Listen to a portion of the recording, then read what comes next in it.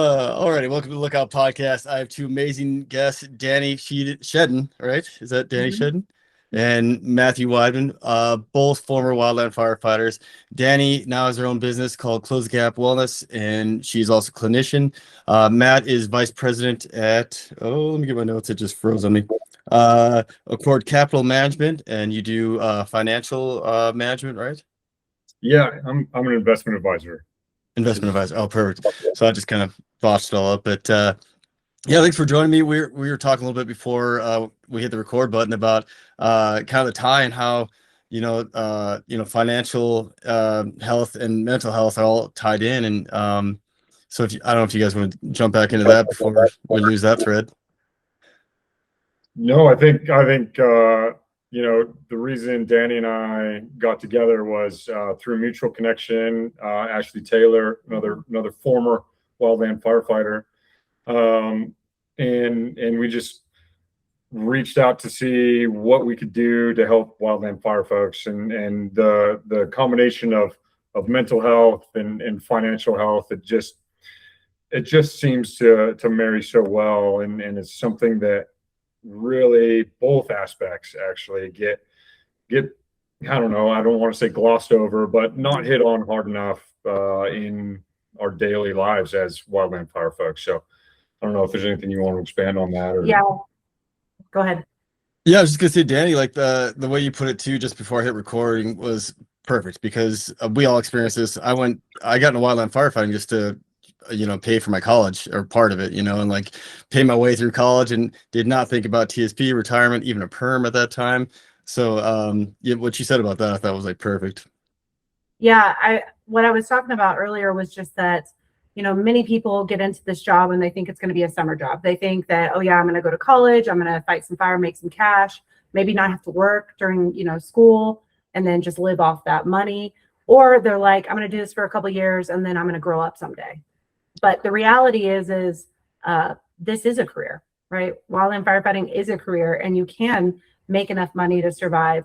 But for many people, and many of the people that I've even met that have retired, one of their greatest regrets is not saving earlier, not understanding a thrift savings plan, and that of course you should do the 5% match, but and what? And even having an understanding of like what a Roth is, what your own brokerage account is, or even what an investor is. And then the pension, one of the things I continue to talk to firefighters about is, and just bringing awareness, because many people don't know early in the career, that pension is not going to pay your mortgage and that new truck. You're not going to be able to get a brand new Tacoma, a new house when you retire, and like live in this like amazing, live in the Boise area, the amazing Boise area, and be able to afford that off of a GS or GW now 9 pension. You might not even be able to afford your mortgage, to be quite honest. Totally, yeah, because like as most of us know, people still have that travel bug when they leave the Forest Service, especially in the fire community. So like you said, the Tacoma with the camper in the back, and you're gonna go travel, got the Labrador or whatever you might have. And like you said, I mean, might be able to afford the Labrador, but the rest of it maybe not, Mm-hmm. Yeah, totally. And there's like so many different routes that you can really kind of go when you start talking about this stuff, and I don't know how deep in the weeds we want to get here, but just education, right? It is really what it comes down to, and people don't know what they don't know, and that's the hardest part to overcome. And so just kind of beginning those conversations and just making questions and curiosity feel okay. Yeah, totally. And as you guys know, being fire folks, like we all are pretty damn good at planning, because you're planning all the time. It's more like little short plans, like 14-day assignment. All right, I got to throw all the stuff I might need for the Southwest. Like probably don't need a tent. Like depending on what you're doing. But those plans, right? We're pretty good at that part. But like you said, you kind of touched on earlier, Dani. Like no one gives you an idea of future planning, and I mean, you're just thinking more like, I need to save up enough to get to Thailand. At least most of us, in the off season, and not so much long term. Like, what if I want to buy a house someday? Yeah. Mm-hmm. Well, and then like my experience in fire was everything's so cyclical, right? During the spring, you ramp up to get ready for the season. Then you're gone all summer, and then once the summer comes to an end, you need to decompress. And for me, that was like hunting and spending time in the woods. And then in the winter, like you said, you want to go to Thailand. You got a little extra cash in your pocket. And then once you're back from Thailand, it's time to ramp back up again. Mm-hmm. And so it's like, and you're broke. And you're broke. And you're broke. Yeah. So it's very hard to think long term when you're on what I would consider like a hamster wheel. Yeah. Yeah, that's accurate for sure.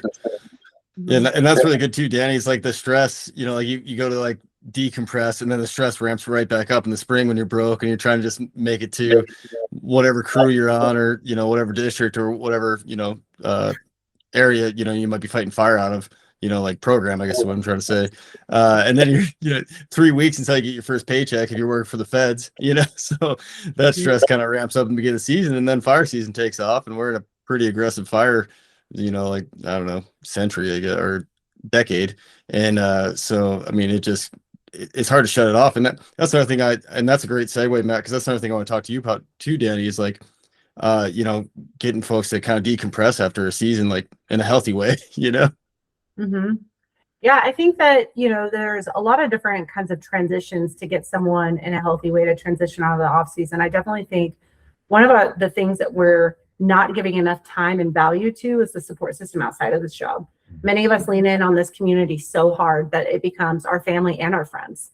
Yeah. And the reality is someday you're going to retire or you're going to leave this job, and the wheel keeps going. The positions get filled right behind you. Within like a week, there's a detailer behind you. Within 3 to 4 months, someone's in your job. Yeah. And one of the things I like to tell people is with that transition, it's on you to make a plan that's successful, not only if you ever want to get out, but just to be inside, to be successful. And that's having good coping skills and not allowing like your coping skills to become I used to. Is like, I used to love hiking. I don't do that unless I'm getting paid anymore. Okay. And so for me, now what am I doing? How am I coping? If it's not hiking that got me into the job that I loved or getting out in public lands, then what? And I think for many of us, when these coping skills become I used to, especially at the end of a season when we're so fatigued, we're exhausted, we could sleep for like a month and it wouldn't be enough. What happens is it's like we almost just like give it up because we're just like, oh, I just don't have coping skills anymore because I'm not hiking for fun anymore. So I'm not getting out in the public lands and enjoying something I protected all summer because now I'm so freaking. Absolutely. Yeah. Like the amount of time most of us put into, like you said, protecting those public lands so that we could use them later on and so the public can use them. And then, like you said, you're so burnt out. I remember like hunting season coming around, as you guys know, and it's right at the end of fire season, bow season usually starts. And for a long time, I had no desire. And I, grew up hunting, and I'd go back home and I'd see people getting out and gearing up and like, I don't want any part of it. I'm going to go sit in some air conditioning. Okay. Like you said, I just want to go sleep for a few weeks and then not think about stuff for a little while, Well, and then think about the added burden on the family too, right? Like, you just are gone for 6 months, and now your coping mechanism is to go out and spend another 2 weeks in the woods. It might not necessarily be your partner's coping mechanism. Like that might just put additional strain on the relationship. So, I don't know how that. Well, one of the things I was going to say is that many of us feel very selfish for taking time for ourselves too in that transition. But actually, we do need some time, but we need to incorporate those we love into that time somehow, right? So if we're going to be doing something for us, I think that's awesome. But how long are you going to be gone? Have you made that plan so that you're connecting with those people, having good time with them so that you can go hunt for a week and not feel like you're just continuing to be gone or letting people down? Because the reality is other people need you and they want that time with you. And that is one of your greatest assets. I always tell people your greatest resource are the people. It's the people in this job and outside of this job. And so we've got to find a way to navigate that, but also hibernate. I was going to say I'm down with hibernating. As long as you're not drinking by noon to then pass back out and then hibernate again. And so I'm all about some sleep because you are sleep deprived. And so you do need to recover that way, but also having some structure in your day. So I wake up at 9 and I go to the gym, not because I need to be in shape for the next season, but because movement is valuable to me. And I enjoy going and doing the yoga class in Boise, right? Or I enjoy going mountain biking with my homies I haven't seen all season. So Totally. Yeah. And like you said, yoga, for me too, I do hot yoga after the season, and because there'd be some things that are balled up that I didn't realize. Like one time my foot was like kind of mashed up a little bit, and it was mostly because my boots were getting, packed out, I was getting more slop in the toe box. But then I went on like this stupid, it was like a 10-mile hike in my flip-flops. And so like those muscles that are just like kind of contracting as you're going in flip-flops.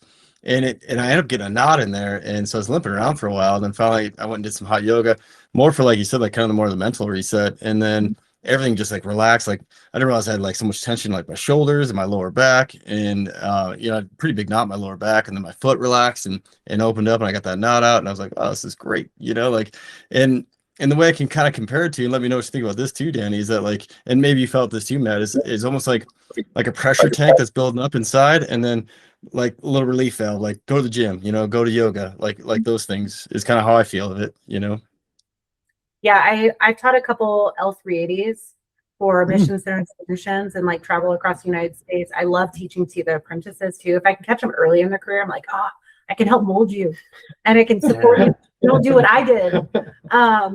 But one of the things that I love when I teach that is they show the pressure tank.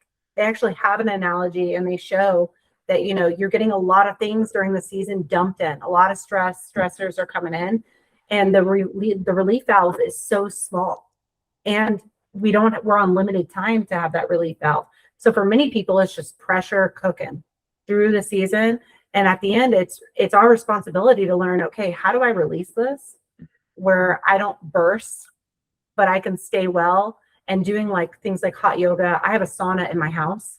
I'm very bougie.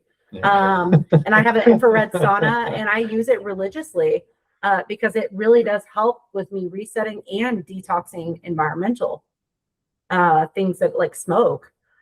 We've seen that infrared and that a dry sauna can help reduce that load that we carry.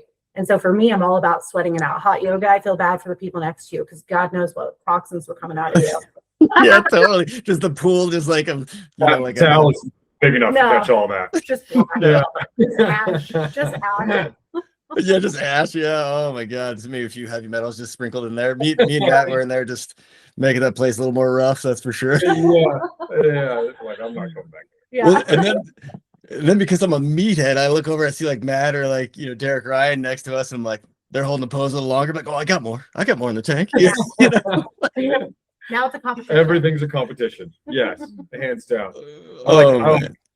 When I go in with a friend, I'm like, nope, everything just lives in this towel only, because I don't even want to know what this guy's doing over here, because it will turn into a competition. Mm-hmm.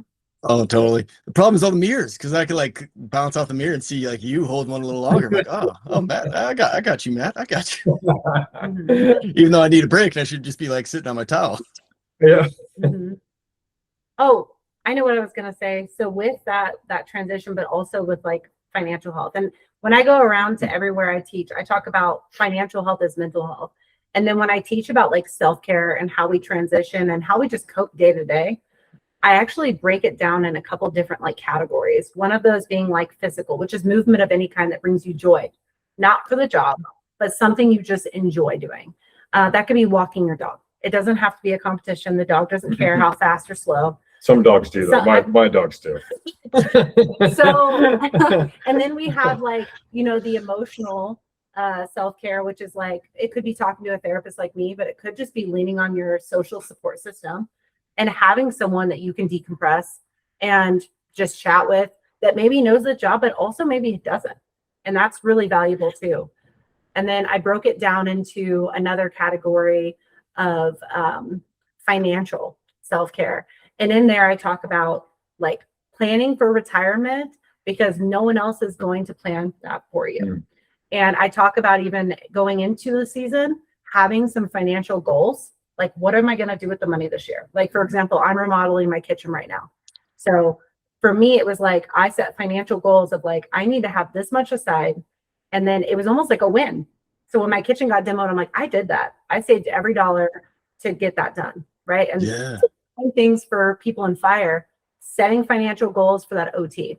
It could be Thailand. I don't care what it is.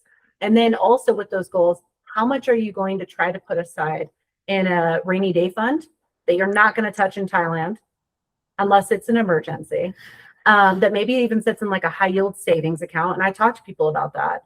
And then in the financial piece, I also talk about the need for budgeting. And I'm like, budgeting is so lame. But what's even more lame is when you can't afford your mortgage or your rent or your new Tacoma. Yeah. And I'm like, you have to have a budget. And that budget could even be like a travel budget. But you need a budget through the year. You need a budget going into the off season. Totally you do. And like our whole conversation about cyclicality and time and everything is so important because, when I was working fire, I did thinking about 3-month stretches. I was, what am I doing in the spring? What am I doing in the summer? What am I doing here? But, what I've really come to realize through investing in like compound interest and longevity, and it's not, it's time in the market. So what, I think maybe it was before we turned on the record here, but Dani was saying, she sits down with folks and within the first 5 years, people aren't saving for retirement. Well, that stretch from 18 to 23, you just start out of high school, building in, if you're not a government perm employee and access to a TSP, you can open up a brokerage account and just start indexing or something to give yourself that compound interest time in the market, right? Like thinking in something besides those quarterly or 3-month stretches is not something that I was doing, but I wish that I was doing.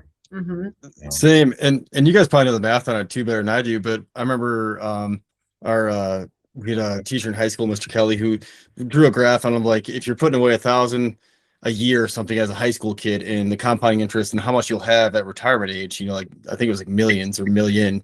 But he's, he had timelines, but if you do that now at I don't know, 16 or something at that age, he's like, you'll get there by doing this much, a year. But he's like, if you try to catch up, like say you're 30 and you start doing $1,000 a year, he's like, it'll never catch up. Or if you do twice that much, he's like 2,000 a year, it'll still never catch up at 30 years old versus at 16.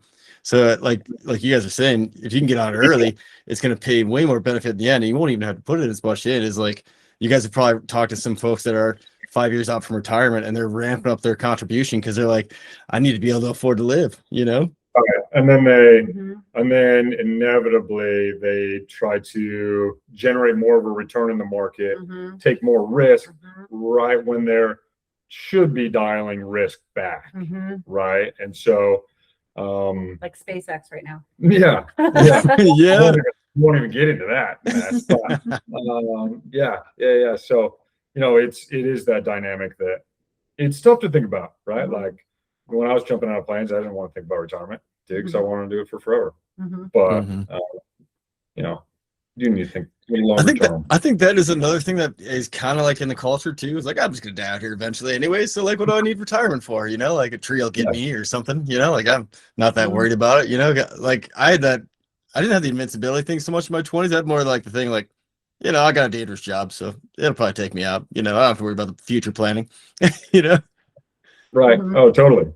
Yeah. It was like, oh, dude, I just turned 35 this year, and I told my wife, I was like, I never planned to make 35. What am I doing here? That was part of the plan. Yeah. Well, I was even going to say too, something that doesn't get voiced, and I'll put a voice to it, is that we actually have a lot of shame in our culture around money in the fire community, meaning like we don't want to make it look like we're here to make money.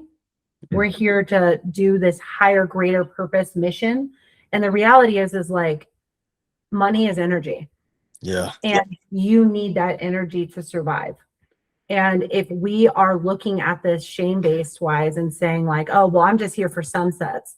It's like, well, unfortunately, sunsets aren't paying the bills.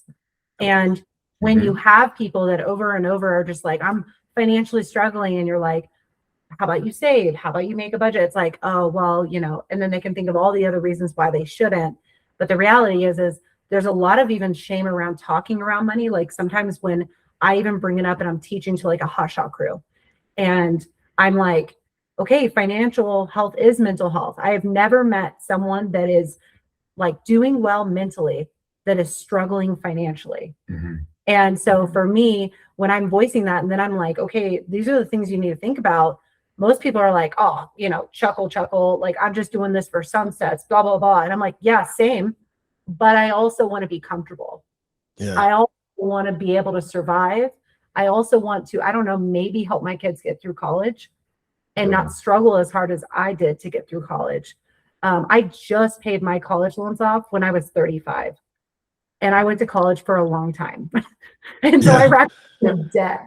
You do also have like 14 degrees though. I do. So. I just kept going. It's fun. Yeah. Hey, yeah. What are your degrees in real quick, Dani? That we're on the subject. I meant to ask I earlier. went back to school and graduated in 2021 at University of Idaho and was able to get this really cool, like it's officially like a master's certificate of fire ecology management and technology. I'm 6 credits shy for my master's of natural resources. So I think I'm going to do it. Yeah, do it. Yeah. I mean, you just paid the loans off. I'm like, might as well. at this point, I'll just pay cash for the 6 credits. Like, why not? And then I also have a master's in clinical counseling from a local university, Northwest Nazarene University, which that's expensive, a private school. And then the Boise State University, which is, the home of the blue field, the blue turf. Smurf turf. Smurf turf for life. And I have a psychology degree from there and an associate's of science from Portland Community College. I went to Portland for a smear time and realized I don't like the rain. Mm-hmm. So I barely got out. No, I don't blame you. We're more desert folks, the 3 of us. Like Whitehall is very deserty where me and Matt grew up, and then Boise's similar, like. I was just in just south of Seattle last weekend for my Ned Bro's wedding, and it had rained all weekend. And I was like, I don't think we can do it. Yeah. I'm not built for that. Yeah. But man, those are some beautiful campuses though. Like I've been to Northwest Nazarene because when I was running track at MSUB in college, our indoor conference finals was at Northwest Nazarene, and they got an awesome indoor track, and their campus is beautiful. And then when I went down for Matt's wedding, I got to roam around Boise's campus a little bit, and I never had. I was like, this is gorgeous. Such an awesome place. It's beautiful here. I very much compare it to like my love for like Bozeman and Missoula too, though. I mean, I love Montana, but I was before we jumped on with you, I was saying if I could go back and do it differently, I now am very fascinated by finances. So I think I would have actually went and got an MBA like that. I think that's the route I probably would have taken, just because now I'm like, oh, at 37, I kind of need to plan to like maybe not work someday. Yep. And I could see you going and doing all the schooling that you have, being a very curious person and wanting to know why. Everything. You're like, okay, I saw this move today. I saw the market move today. Why is it doing this? Yeah, I was on the phone last night with a buddy talking about SpaceX. I'm not even kidding. Yeah, for like that's awesome. Yeah, and like, should I throw it all on black? And he was just, I was like, I'm going to talk to Matt about it. But he was like, yeah, I mean, if you have like 500,000 sitting around, I'm like, oh my God, no, I don't have that much money. Totally. Well, that's like some years ago, or not, maybe like a year ago, someone said that there's like a social media page to follow like Nancy Pelosi's investments or her husband's. And I was like, oh, cool. And then they're like, yeah, but you need, like you said, $500,000 or something, like a big amount of money to make a lot more money. And I'm like, oh, so like $10 isn't going to really get me. All right. I'll stop looking into that. But to that point, though, I think you guys will probably agree with this too, is that like, I think as fire folks, we don't like doing something without the why. Like we're always like, wait, well, why do you want me to put the line in there? Why should we engage here? Like, where do you want me to go? Like I need to know more information. I'm not just going to go dive in, and so I think that's with life, right? Like, especially if something is like a unfamiliar territory or maybe like a little bit of a barrier, like I need to know what's on the other side of this thing. Like I need to know more about this thing. Cause I think public school, a little bit, small town, like I didn't know a lot, like we didn't get any financials. I didn't know really much about like the difference between a checking and a savings account, until I got in there and dove in on my own after high school and had to kind of figure it out. Yeah, when I started my MBA program, I had to learn what an asset was. That's the level that I started at. Like Yeah. coming from the Forest Service, but I was always super interested in it. I remember like going into the tower and being like, "Oh, dude, why is the Dow down like 1,000 points today?"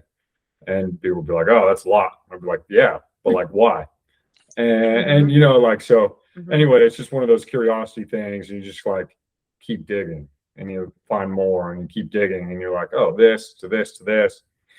Anyway, it's like it's become obviously a passion of mine, turned it into work, but just something to constantly learn, and it's pretty anyway. So Yeah. but you're wanting to know and explore. I was just thinking while you were saying that it reminds me a lot of like the culture of actually being able to say no, and like um somebody tells you to go put in a piece of like underslung, and you're like, "No, dude, that's terrible idea, but here's something I can do." And that's from you like figuring out all the pieces that actually arrive in there. So like um I just kind of thought those two tied pretty well in together. So Yeah, totally. Well, and like seeing you guys being so successful outside of fire, and that kind of made me think of something actually on the way home to interview you guys was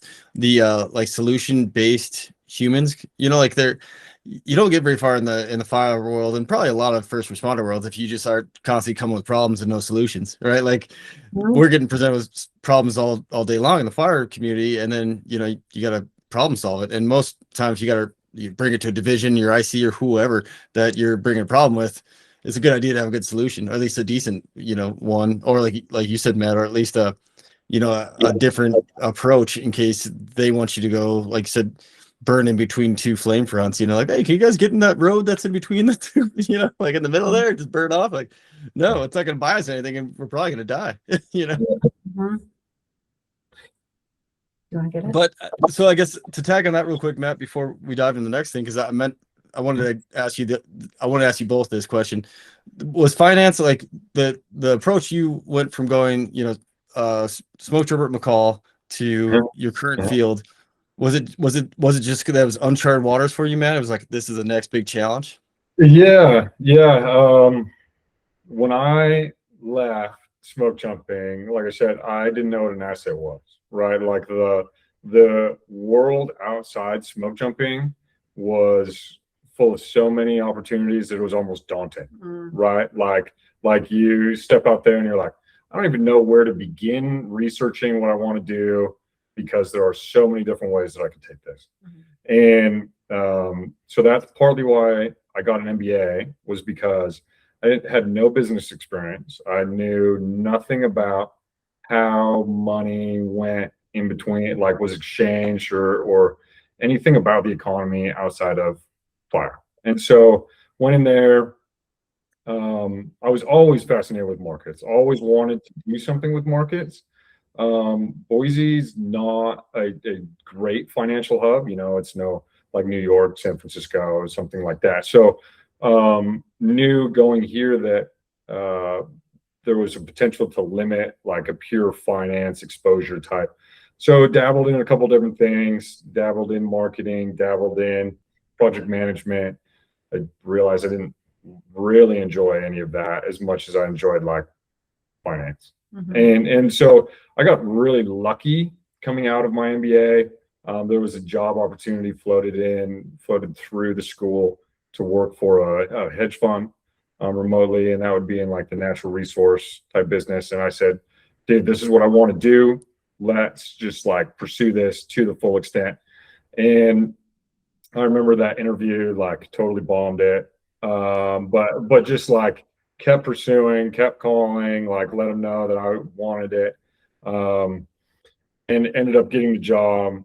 And so like that's how I got my foot in the door in the finance realm. From there, I started the CFA, the Chartered Financial Analyst curriculum. So I started working on that. That's like 2.5 years worth of study and testing, and then worked at the fund for about 16 months or so, and then went over to where I work now at a core capital. And so instead of now my job is really instead of just trading one ticket and managing one pool of money, now we manage separate accounts for individuals, right? So we're still playing in the public markets, still get to look at stocks and bonds, do all the analysis that I really like to do, kind of get in the weeds on there, but help people. No, totally. Yeah, that's what I was gonna say. Helping people, like we talked about. I think you were gonna give time with Dani, and if I was coming down to meet up with Burke to help with the foundation and stuff, and then is that how you guys linked up? Was through the financial world, or how'd you guys meet? I guess. No. I shot Dani a text. Oh, really? Ashley just passed along her number and said, "Hey, this is somebody that you should get a hold of." And so, yeah, I just asked Dani want to sit down and grab a cup of coffee. And so That's then we awesome. started talking, and it seemed like it would work out. Oh, that's cool. Yeah, Dani, you're a force, and I mean that in all the great ways, because that was kind of the same thing why I reached out to you too. Was like everyone's like, you know, you got this podcast, and like you need to get Dani on. Like she's amazing, and so like what you're doing is awesome. And how'd you get that started? Like what brought you to Close the Gap Wellness? You know, Close the Gap, I don't know if I've actually shared this like wide. So I'm actually really excited. I was thinking about it today of like, I should share that story. Yes. Close the Gap actually was kind of built by fire. It was built by firefighters. So in 2022, or 2021, the end of 2021, I was going into my off season, and I was on a WFM as a squatty in Colorado, and I was going back to my crew from a detail with Washington office. And a lot of people didn't send that detail because it was an unofficial detail where I was put in there to help with the National Casualty Assistance Program. So all line of duty and serious injury came through there. And they tapped me, one, because I needed a place to go when my dad was sick, and I wanted to go home and get off the cruise so I could help my dad, but also because I had that counseling background. And they were like, hey, during COVID, we could really use that counseling background up here to help. So I was remote doing that work. Well, one thing I kept seeing was that we were building some really cool programs. We were like taking care of people at the top, and people didn't really know, one, where that financial piece was coming from to support like people on the ground, but they also didn't know like about these CISM programs, or they didn't know about the resources like a hospital and family liaison. And so I was like, we're doing a huge disservice, because if something happened to one of us, I want to know like my loved ones is going to have this flood of resources. And I want to know that before that happens, something happens to me. And so they decided to quit the U.S. Forest Service. And it was really freaking scary. I tell people that decision was harder than deciding to have both my children. And I love the Forest Service, and I loved working for the government. And I grew up as a military brat, so I was more comfortable living on a government compound, to be honest, being almost owned, like with a number of scams. So then I was on the outside alone. Like it felt alone to not be a part of the government. So totally quit. And it was Brandon Dunham on the Anchor Point podcast. I used to fight fire with him in Nevada.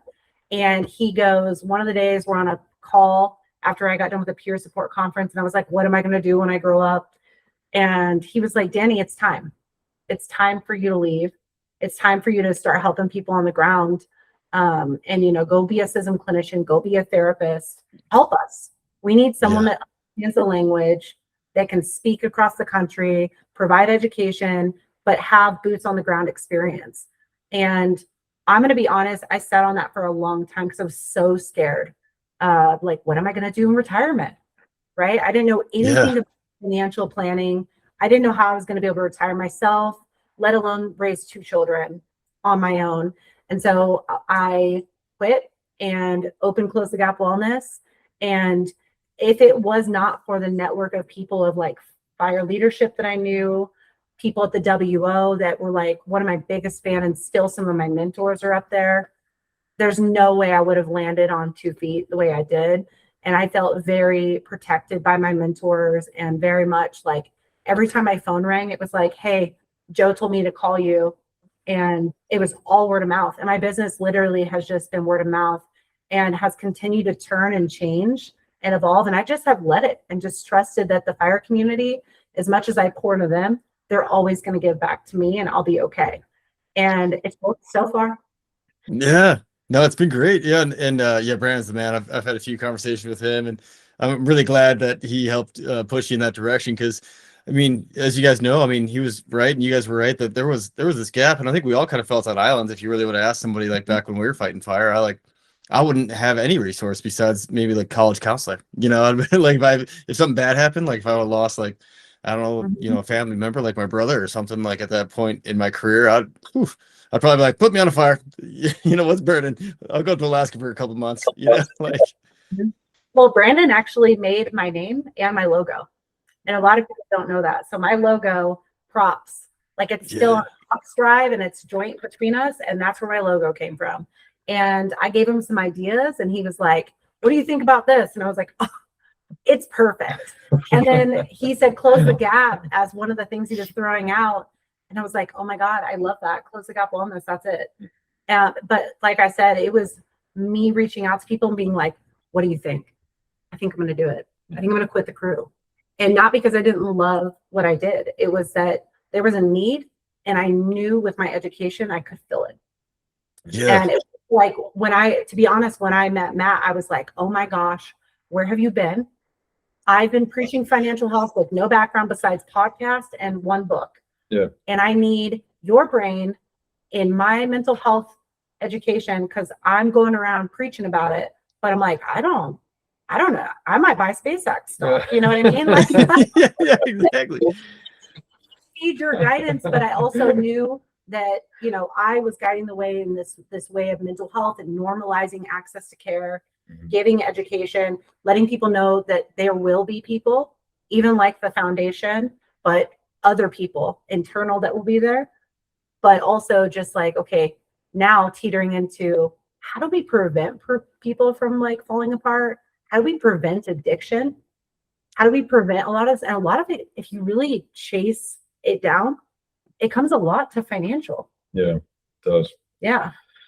Yeah. And, you know, like within our business, we rank things health, both mental and physical, and then financial. And so, you know, I do think it all ties in together, and I don't know if I can put it any better. Frankly. Yeah.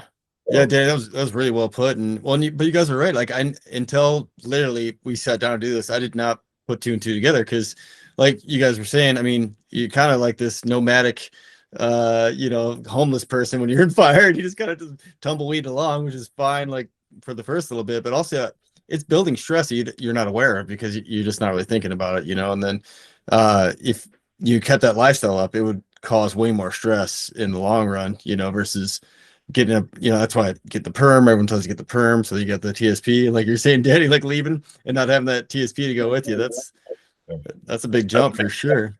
Yeah, I mean, even just I remember being like, oh my God, no one's going to give me 5%. No one is matching me. I am my match. And so I really had to like take that dive and be like, what I wish I would have known is every time I got a check, I would have put maybe 20% into maybe a brokerage or something. And every time that I was like, I'm just going to get, you know, like a bougie coffee, or I didn't use tobacco, but I know a lot of people do, or I'm going to go buy a bottle of bourbon that's super nice because I deserve this YOLO, right? Yeah. I could have invested so much money and I would have been in a totally different situation. And one of the things that I continue to do is talk to people that are getting close to retirement or after, to just interview, like, because I'm curious. What would you have done differently? What advice would you give at that as I go around? And every single one, it's money. Every single. Yeah. I wish I would have been doing the 5% match and I would have had another investment account. I wish I would have learned more about money. I wish I would have had a better understanding how much money I would have been getting in a pension. Right. Like, what is the rate for that where I live? And also, I remember like even just being super impulsive thinking I was investing, but really it was like, oh, there's this L fund. I should probably move myself out of a G fund. That sounds cool. What's an L fund? Yeah.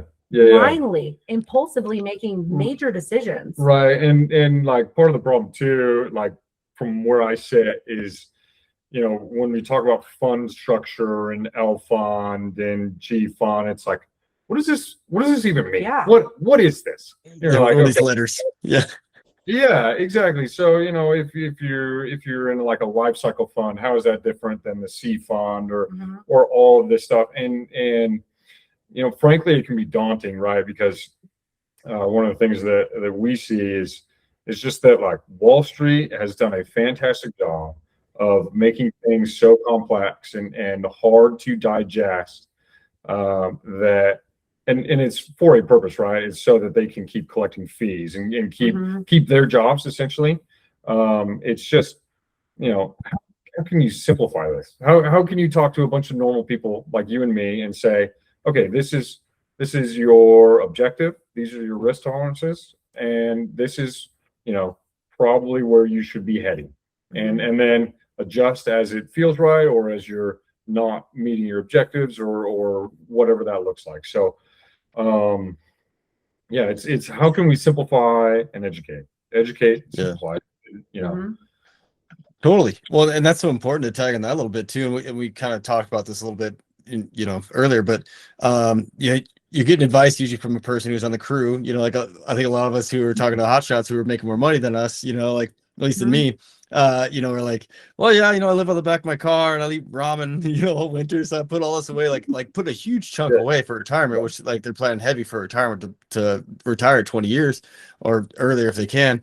But they're not really living though, because they're just scraping by. And I even worked with a few folks in the jumper world like that were living off the continental breakfast for all their meals, like they'd pack a continental lunch, it's So, like that's not a good balance, I put it in the perspective of in economics, there's a utility curve, and a utility curve is a balance of a set amount of goods for a set price, and what I think about is you're balancing what you're spending now with what you're investing for the future. So, I'm not sitting here trying to preach that you just need to be squirreling all money away all the time. I think Dani had a really good point of, if you're going to make a budget to go to Thailand, like, yes, that's awesome. If that's what you need, do that. But there, like anything in life, is some sort of balance in there where, even if you are squirreling money away and eating ramen, are you just in the G fund, so you're not even reaping the benefits of that, right? So like, find that balance in your life that allows you to not only succeed now, let off that pressure valve, but also succeed later when you can't work anymore because you've hiked up so many hills that your knees aren't doing what they're supposed to. Yeah. Right. So that's what I'm all about. Life's all about balance to me. Well, and when you look at money and investing too, and like you even mentioned this, it's like you have to look at the person, like what are their desires? Like for me, I was in that I one time was like interviewing someone that maybe was going to be the one that was going to have like a nest egg for me, right? It was like they're going to, make money off my money. And I was really excited. I ended up not doing that. But when I was being interviewed by him with him, it planted the seed like, oh, this is so much more than just like, this is how much money I put aside a month. He was like, okay, what do you want to do in retirement? What's that going to look like? What's retirement going to look like for you? And I was like, I want to travel. Like, duh. Right? Duh. Doesn't everyone want to just go get lost in Bali or something? And he 100%. goes, okay, so that he like painted out in the Boise, Idaho area what it would cost to travel even twice a year on a big trip, and estimated, okay, this is how much money you're going to need a month. And this is how much you're going to have to invest to get to that point. And I remember being like, what? Like, I'm going to have to be a multi-millionaire. Like, I'm screwed. The reality is that's not the case. But one of the things that it really brought home to me was like, wow, you really have to prepare also for like the lifestyle that you're wanting to live. Now, I'm going to put no shame on someone who's like, you know what? I plan to live in a camper off a chunk of land I bought in middle of nowhere somewhere. And that's how I want to live so that I can go to Thailand for 3 months out of the year and winter there every year. You know what? You do you. Like if you find to make that happen, I'm stoked for you. But if you're like, I want a house, I want the Tacoma, I want to go to Thailand for 3 months every winter, in retirement. It's like, okay, that's a different picture. And sitting down with someone that's a professional really does bring home like, oh, wow, this is kind of like where I need to be if I'm painting this picture of this is what I want and my goals are for retirement. And it really woke me up of like, oh, I need to take this seriously like now. That helped. And even if you like a person doesn't want to sit down with a professional or you know, not comfortable or what have you, to get a ballpark in that idea, you could, you know, ballpark what you expected your monthly expenses to be. And there are, you know, online retirement calculators that'll do all that math for you. So you could say, well, I plan on spending what, 60 grand a year, 5 grand a month, and then it'll just plug in, you know, your age, how much you have now. And then you can start to get an idea of where you are tracking and, you know, if you need to put in a little bit more or, you know, maybe, you know, one less cup of ramen or whatever.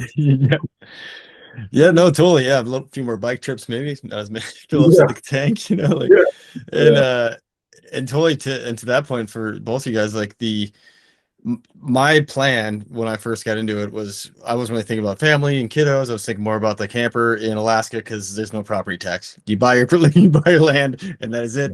And then somehow I'll get like a cabin built, and I'll, you know, hunt for my food and all the things, you know, that you do when you're like younger. I wasn't really thinking about like, oh, I'm gonna want to chase around some grandkids, you know, like I'm gonna want to have a house so that my kids can come hang out and have holidays and all the things that you don't really think about in your 20s, you know. And so that's been more in my forefront since probably, I don't know, 35-ish, you know, and now I'm 40. So I think the old man in the room here. So, you know, it keeps evolving, kind of to your point, Dani, you know? Yeah. Yeah. And the thing is like, you're not behind. It's that your life is evolving and things are changing and it's never too late. And that's one of the things I go around teaching too. It's like, people are like, oh, I wish I would have done that. I could have, should have, would have. It's like, it's never too late. Like, just start now. And even if it is like a couple $100 here and there, it's better than nothing. And for me, I'm just like, the advice I could give to someone is, man, you have a lot of drive time. You have a lot of flight time.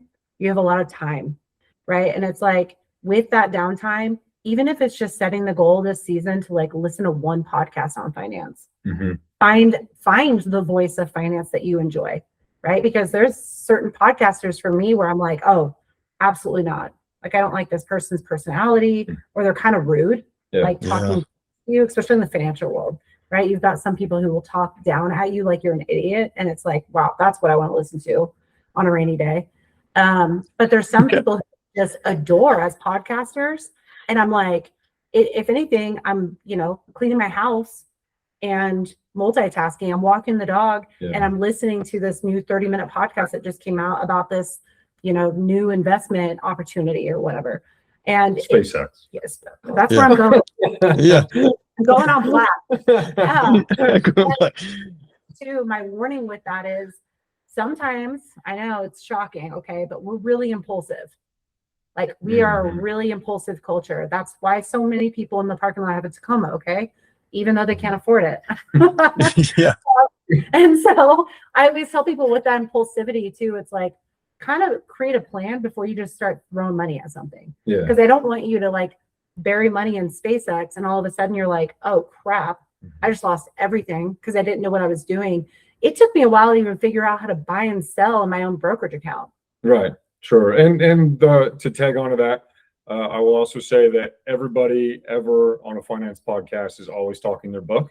So, you know, at least understand that when you start listening to those guys. But I totally agree. Like, I listen to, you know, market podcasts on the way to work and on the way back. Like, I'm always listening to those guys because there are interesting ideas and there are interesting ways, because there are many different ways to invest, right? You know, growth, income, value, like, you can kind of go down the spectrum and just to get different perceptions on how people approach what I would say the problem of investing is. And so, yeah, it's fascinating. Yeah. Well, and like you guys know too, I think it's like so many things in our life because it gets referred to a lot in the fire communities, like the elephant thing. Like, how do you eat an elephant? Because like the elephant is finance, I think, for most of us. And it's like, I don't even know where to start on this giant elephant if I'm trying to eat this thing. But you know, you just start, right? Like you sink your teeth in and then you get into that sucker and small bites, you know, and like you said, those small bites, like you're saying, Danny, on a commute or, you know, cleaning your house or something. Like, we're so lucky to be living the time we're living in right now. Because otherwise, I don't know, I'll be getting like some self-help books like Finance for Dummies and trying to, you know, figure it out from there, you know? There's so much information out there. And just like Danny said, find somebody you enjoy listening to, and then they will inevitably have guests on that are also, you know, somebody that you like, oh, they said something really interesting. I wonder what their shows look like. Because you know, all the talking heads they just talk on their different shows. So you can find one that hops on as a guest and then go follow that person down the rabbit hole and do all that. So yeah. And one of the things I think our culture likes to say is just like, you know, like, oh, I'm an idiot or whatever. It's like, I don't know anything. I didn't go to college. It's like, you don't have to go to college to like learn to invest. Like, you don't have to have all of these degrees or anything like that. And I think that's a limiting belief is what I would call that. That's a limiting belief that you have to have gone to school to like learn how to make your money make money for you. And you can just listen to that podcast and get some ideas. You can sit down and even just write a plan. How many times do we set objectives for the different things, the projects, the burns? It's like you're doing the same thing when it comes to money. You're setting a plan. Like, I wanted to remodel my kitchen. Okay, how much money did I think I need? I needed $20,000. That was what I estimated. And I was like, okay, I'm going to go to town on putting money aside. My Thailand was that. Yeah. And then I was like, but on top of that, I'm saving this much a month as like my retirement. I am my pension, right? No one's paying into that for me. And so for me, it was like, okay, this is what I'm doing here. But on top of that, I have this separate account. And something that still blows me away is that people don't know what like even diversifying is. So like we're talking about investing like in the stock market, but also just CDs, understanding a yield savings account. Like I have a great high yield. I think I'm really lucky. Mine's at 6%. Wow. I know. Dang. Like I've had enough money in there sometimes where I can pay groceries for my kids and I every month, and the bank is paying for that. It's fantastic. And so for me, it's like, well, I'm just having money sit here, and then I'm getting $600 to $800 every month, and that's paying for my grocery bill for Huge. me. And so for me, I'm like, you got to make your money work for you. And I don't want everything away in the stock market where it's untouchable. I do want a rainy day fund, but that rainy day fund is going to make me money too. Yeah, which would be, you know, your high yield savings, something more conservative. But like, you know, Danny's point about diversification makes it just a ton of sense. And it is something, you know, based on risk objectives, whether or not you want to be more heavily weighted equities or whatever. But you know, after you make sure you get your match, right?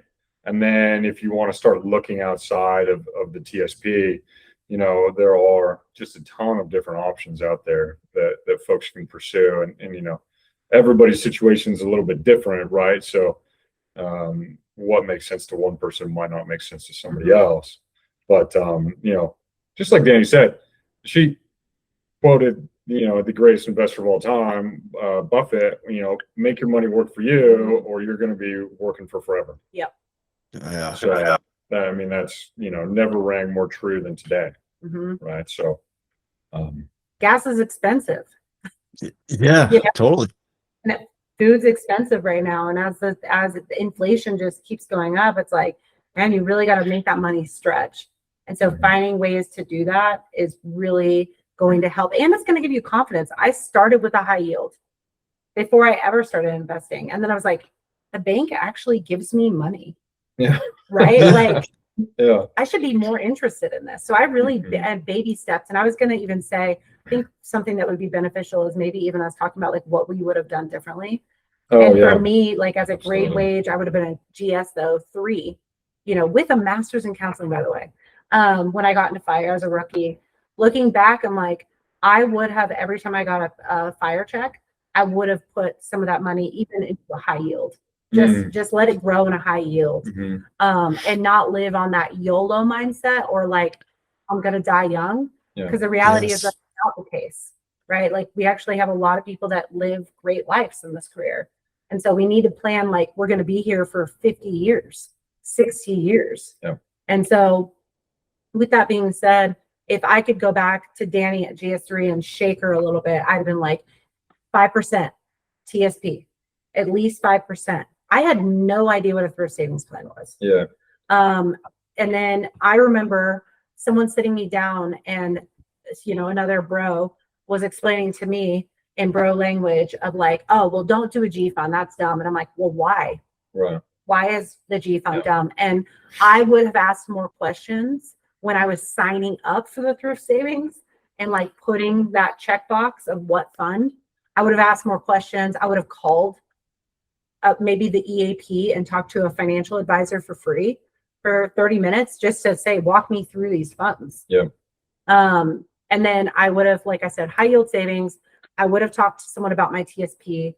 And then I would have started asking the people close to retirement, what did you do to prepare? And what did you not do? And what advice would you give me early in my career so that I'm not now backpedaling and dumping money into the TSP or my savings account and not really even having a plan even with that. I don't know. I think what I would have done differently. Oh man, I think I would have not. I hope I would have not thought I was so smart and tried to time it right, because I tried to be conservative and I was like, oh, everything's so expensive. Why am I in the market right now? I think it all has to come back down, because this was like right after 2008, 2009.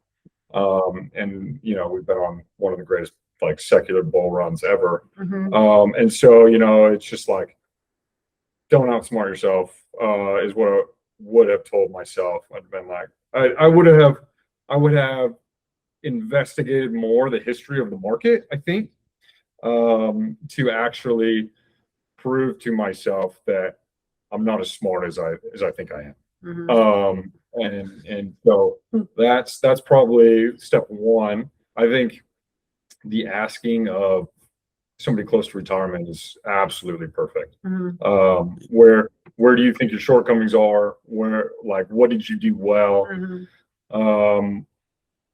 How have things changed, right? Because we look around and we see, those folks that are getting close to retirement, they own their own homes, where home prices have increased for those folks looking to purchase. So, how are things different now if I'm planning for retirement than how things were different then, and what gaps do I need to fill there? But sorry. No, go ahead, brother. No, I also would think, we're like, I would have spent more time on the mental health aspect too, because I do feel like I missed that, right? Like, there was a lot of alcohol and things like that to, I don't know about decompress, right? But definitely a lot of alcohol use and things like that. So, I probably would have focused more on finding more healthy ways to outlet, I think. 100%. Yeah, and to tag on a couple points to that, the alcohol part too for me as well was, I feel like you're just trying to keep the party going. Like you said, not so much as in like, cope with anything. You're just trying to keep the fun going, and the fun in the off season is socially and feeling like, at least for me, that I missed out on a lot of social things in the off season because I was going on fire. So I'm like trying to catch up and hang out with everybody and create some fun memories that way. And I could have done that just by like, being more active and, jumping in with like Run Wild Missoula and doing stuff like that a little more health wise.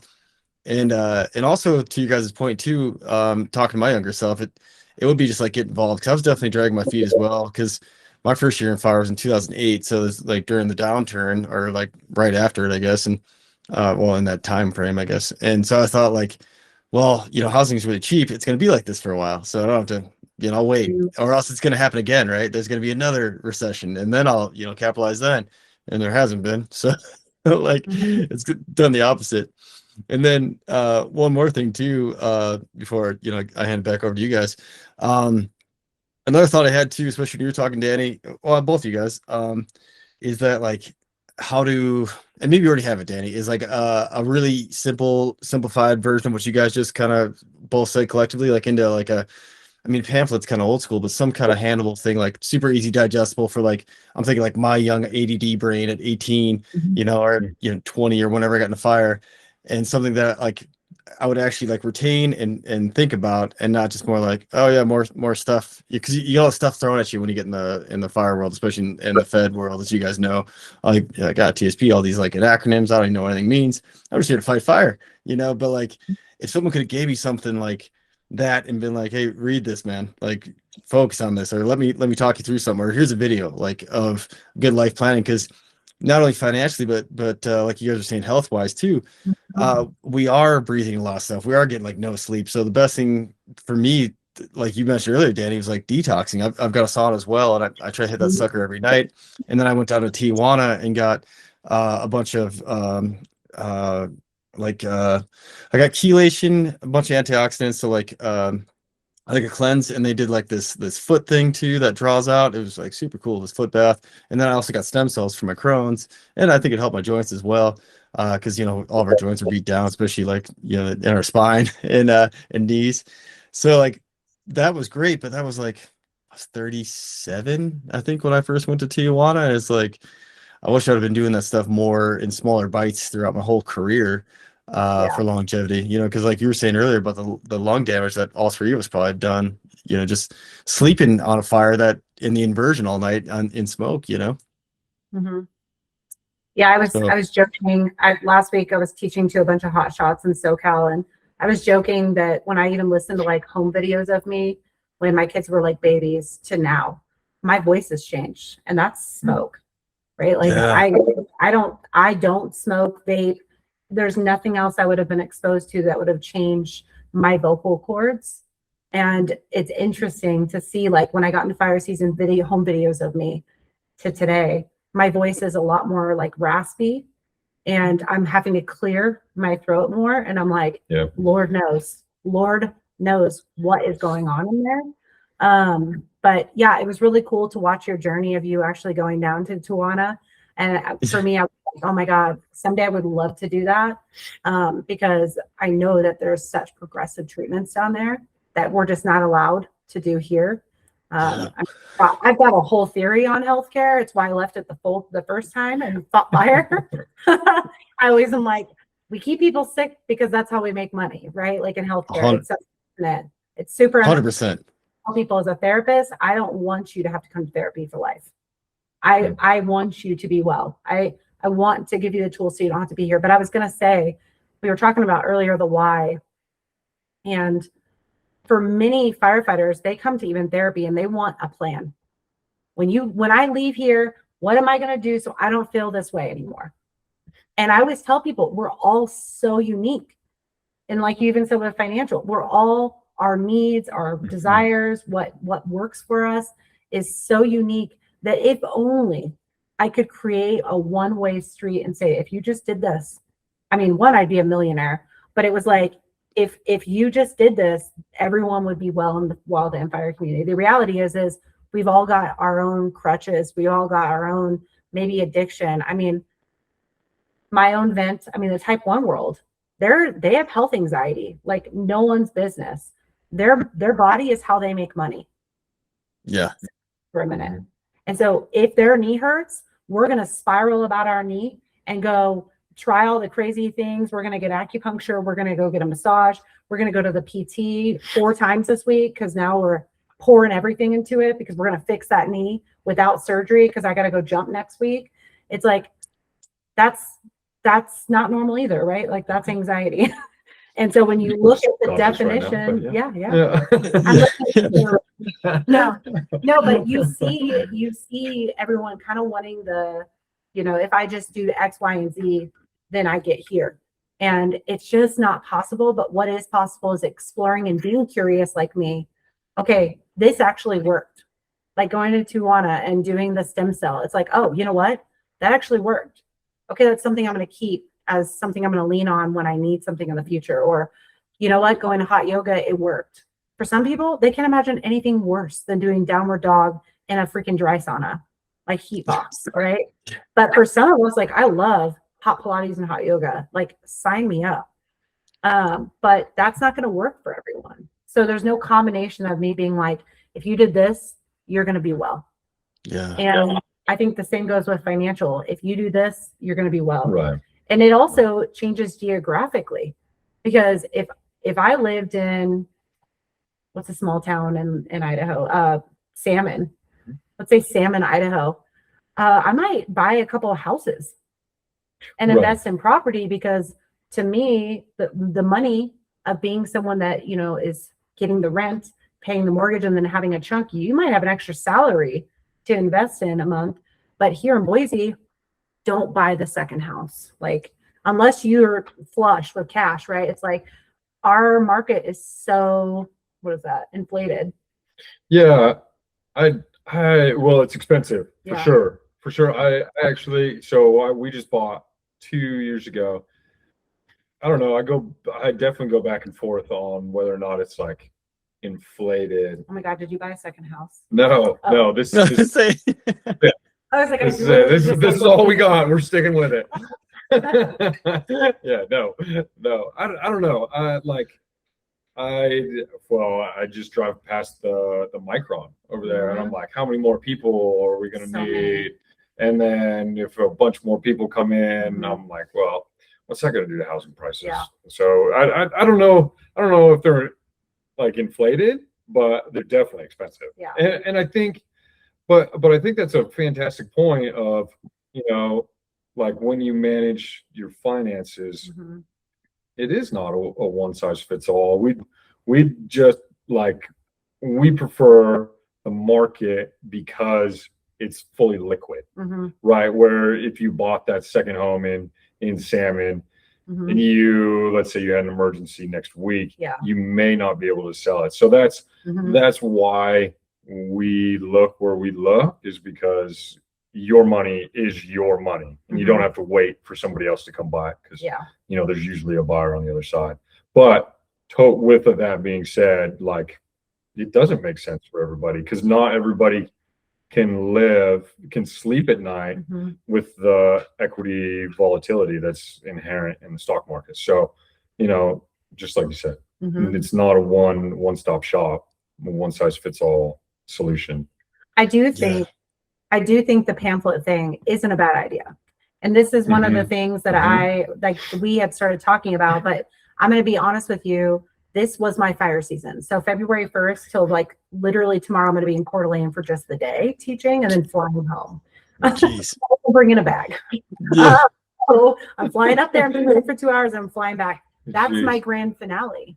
Like, I'm done. And so for training season. And so for me, I'm at the end of my fire season. And so I've been kind of like, okay, it's so nice to meet you, but I can't wait to strategize and build like something. Because I think we can help the community of just like, what are the options? But you're going to have to pick your route.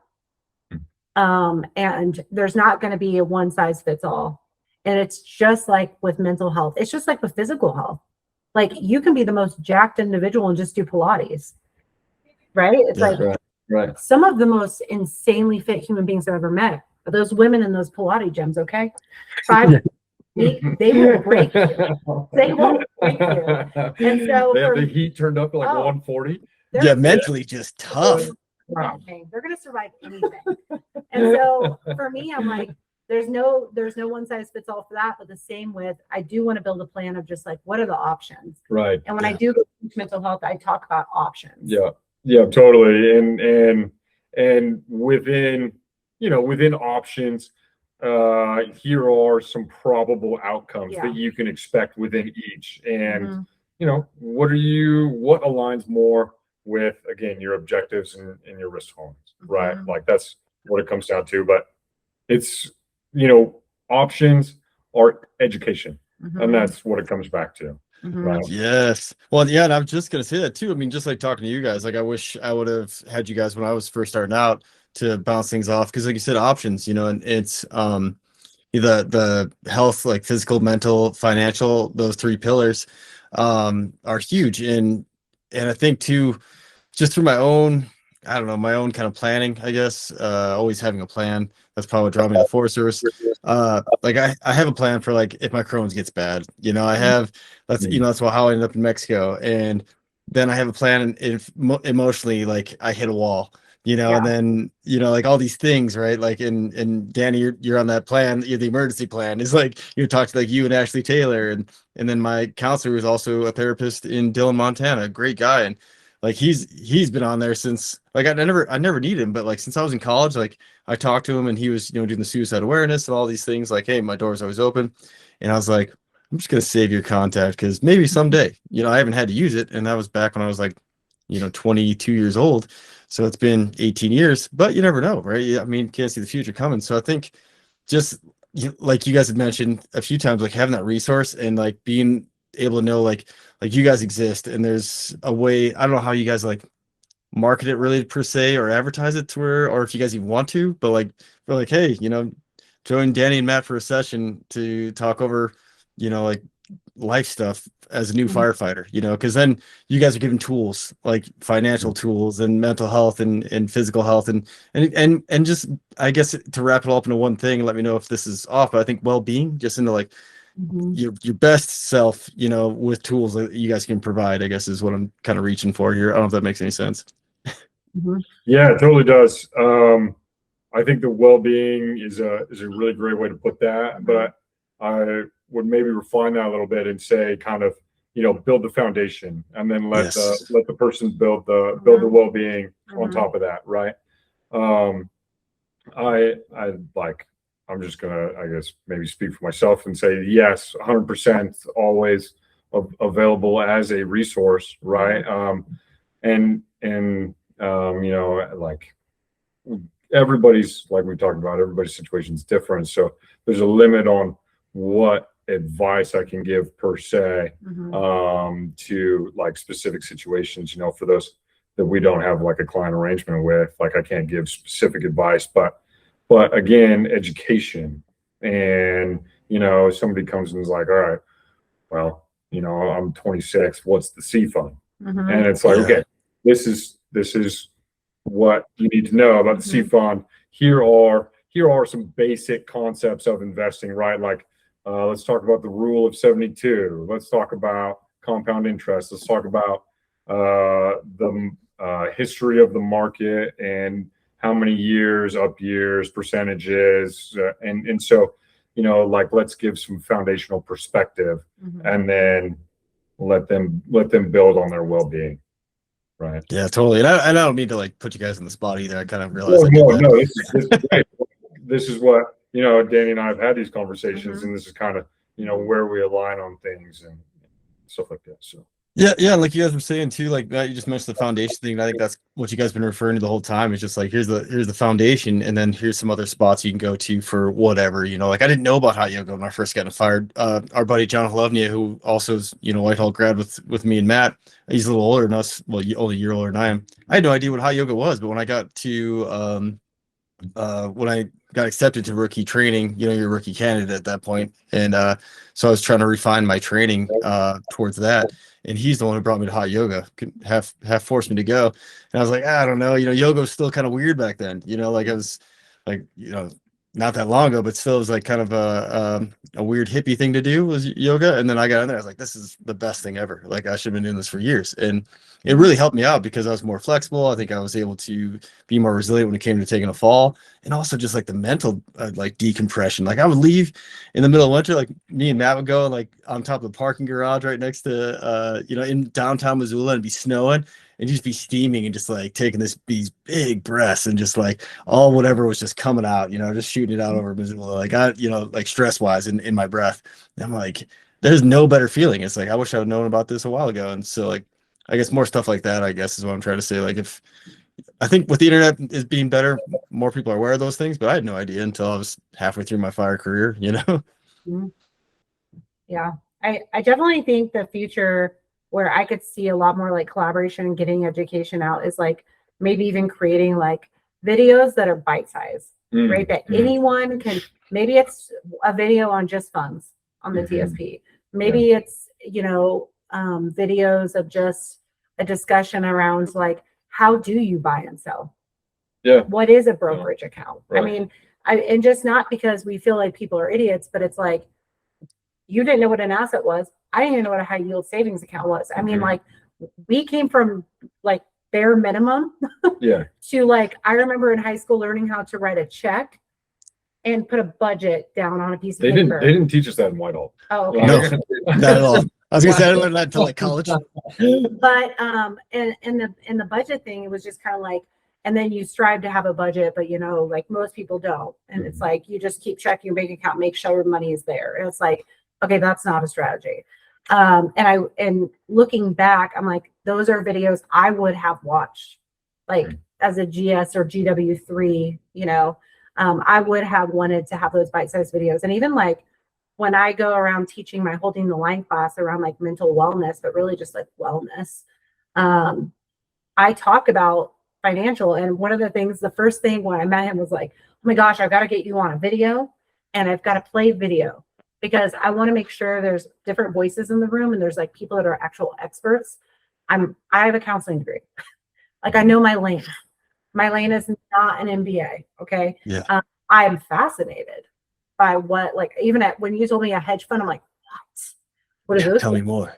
Yeah. It's what the heck do? But it was one of those where it's like, I want to know more because I'm now perked. It's like, I know you did fire. So it's immediate, like almost like this trust. It's like, okay, tell me the way, there's this immediate, like, this person speaks my language. I feel comfortable with them. Now what? Right. Where do I go from here? And so I don't know where that would have. I'm still even trying to come down from my own training fire season. For sure. And so through Dani's Instagram, she put out a little questionnaire, said, if you could talk to somebody about finance, what would you ask them? And so we were able to do a little collab there. And that's on my link tree on my Instagram.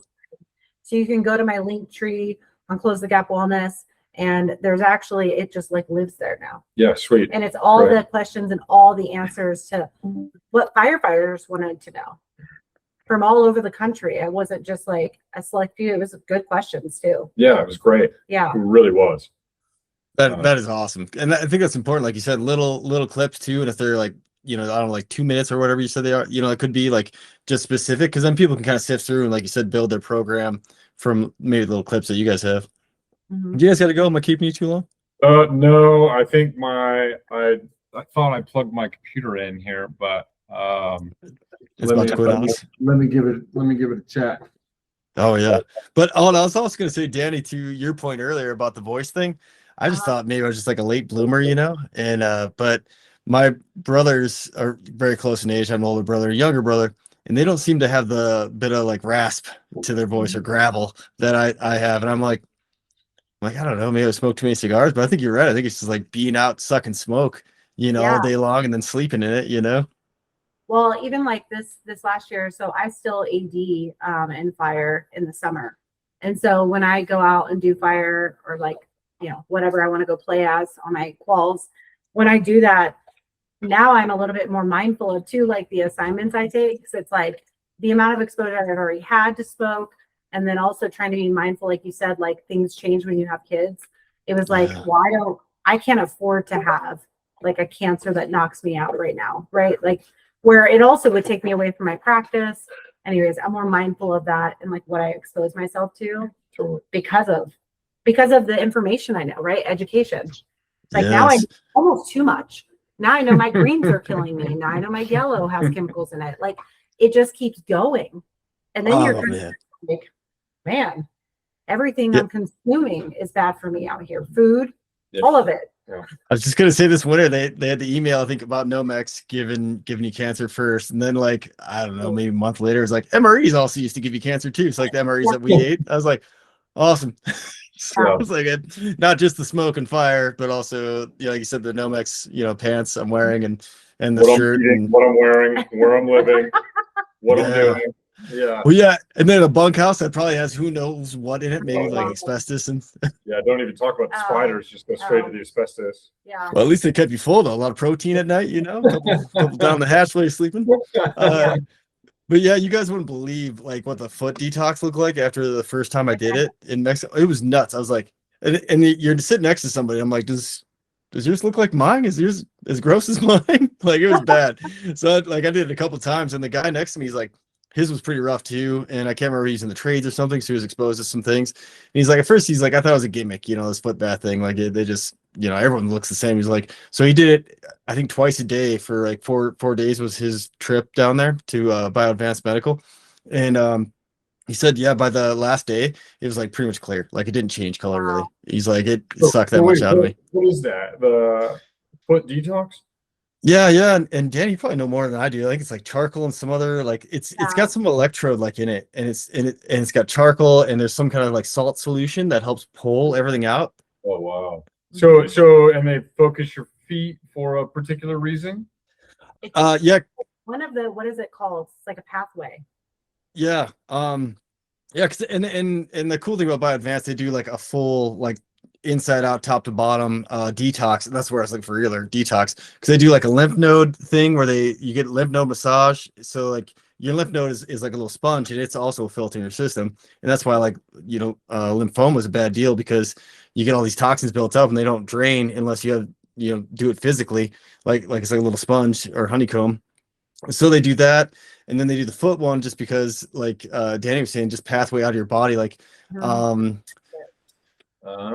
because there's something you can sleep on, that like also like these foot patches. There's like foot patches also that will pull. It's not just the bath, but like in Asia too, it's almost like a regular treatment. People do those like foot soaks, foot baths. I wouldn't be surprised too if in the US people do that. I just don't know where they would offer that. No, totally. And yeah, my wife looked it up on Amazon. I think she found a couple that were pretty reasonable and similar brand to what they had down there at Bio Advanced Medical. And then so do that. They have another thing that they hook you up to like electrodes to see how your neurons are performing. And then they try to figure out, and they can isolate the block, like say if your shoulder's out or something and you're not getting a good signal to your hand, they can tell because of the way the electrodes goes from your feet. Because you hold something that's metal, you have your feet on something metal, bare feet, and then they send the signal through and see where it's not connecting.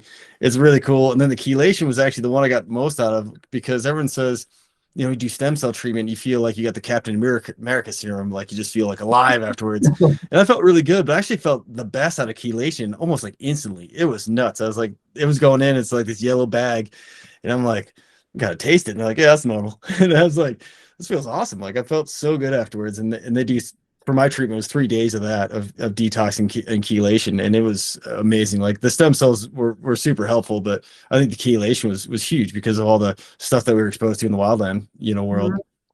Mm-hmm. Yeah. And I mean, even like where, I travel around and I always ask people, I give them like traditional medicine. And then I talk about like other things, holistic. And I'm very holistic. Like, I don't want everyone to be medicated. Like, I actually want the opposite. And so, like, if I can tell you to go on a run and not take an antidepressant, I'm in, right? Like, go on the run. But with that holistic piece, one of the things that I've been focusing on is actually learning what people are doing around the country, to include like, there's like crews that are doing like hyperbaric, like on their days off. Oh, wow. Yeah, they're like spending like the evening, the night, getting the first night off the line, like a full 8 hours sleeping in a hyperbaric chamber. And they're investing their own time and money to do that, to stay well early in their career so they don't get all these things. And I'm just like, oh my. So I learn just as much as I teach them. I honestly learn a ton from the fire community. And so when I go around too, I try to just like be like, I am an expert, but I'm also like, I'm still learning. Like I'm always going to be a student. And so when someone tells me hyperbaric like changed my life, I'm like, interesting. And I treat my body like an experiment. So I'm always like, I need to do hyperbaric, right? And then I will do it. Like I'll seek out treatment. Like I'll seek out things that are off the shelf. Like here we have the Boise Co-op acupuncture clinic. I tell everyone about it. And there's a sauna in there. You could go do an hour of acupuncture, and it's donation based. You can drop $25. Oh, wow. Be in there for an hour and get That's full awesome. acupuncture. So for me, I'm like, I'm all about the things that are outside of the norm in our traditional like Western medicine because I know it works. Totally.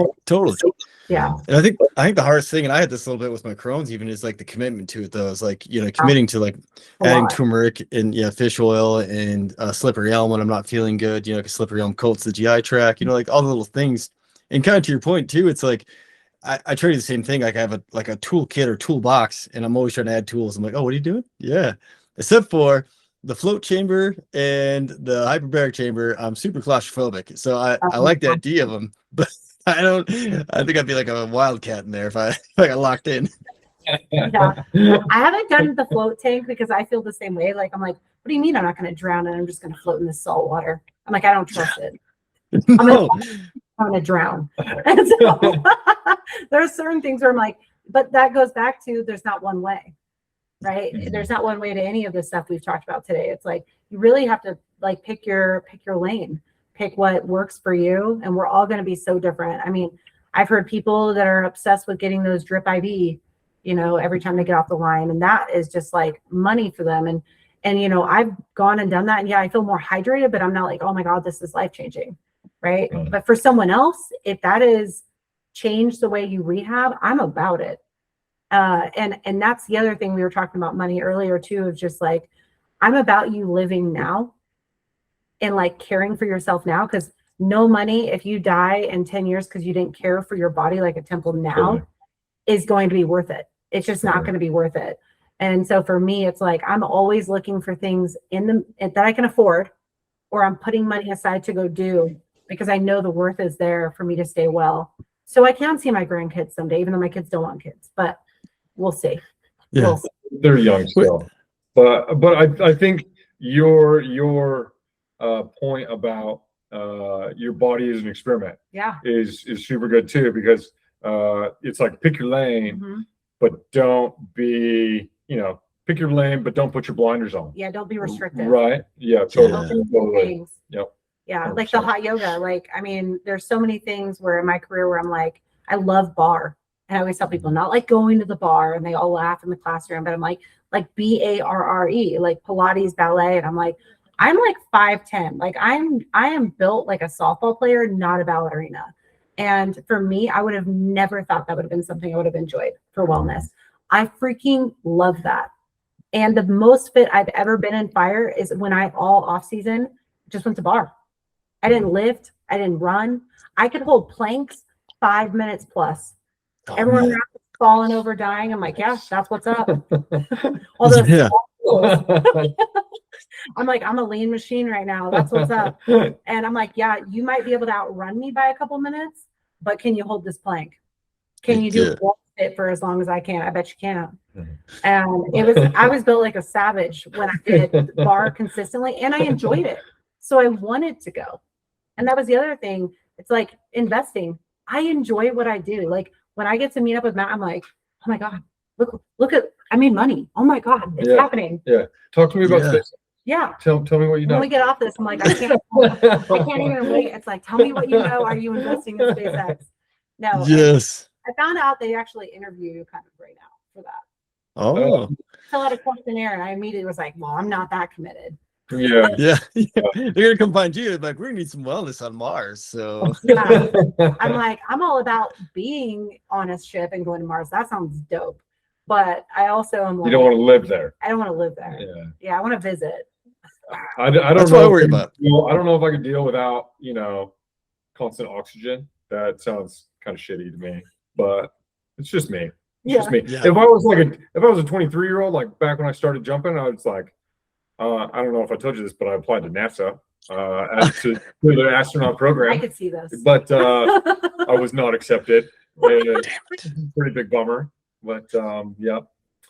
So like I was obviously into it. Yeah, unbelievable. Cannot believe they didn't pick you. I know. If only they knew you were going to be jumping out of a plane. Dude, what is the difference between 1,500 feet and like, I don't know, the atmosphere? Who knows? Yeah.